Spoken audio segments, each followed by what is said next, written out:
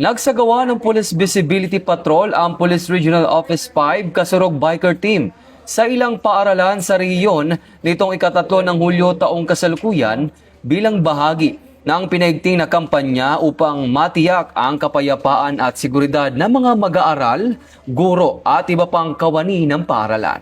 Sa kanilang pag-iikot, binantayan ng mga pulis ang loob at paligid ng mga paaralan, lalo na sa oras ng pagpasok ng mga estudyante upang maiwasan ang anumang insidente ng kriminalidad at mapanatili ang kaayusan. Layunin din ng operasyon na mapalakas ang tiwala ng publiko sa presensya ng kapulisan at matiyak ang agarang pagtugon sa anumang emergency o insidente.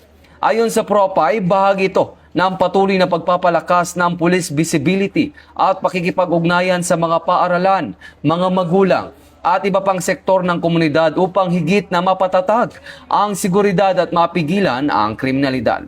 Nananawagan din ng PRO5 sa publiko na patuloy na makiisa at agad iulat sa mga otoridad ang anumang kahinahinalang aktibidad upang mapanatili ang isang ligtas, maayos at mapayapang kapaligiran para sa lahat.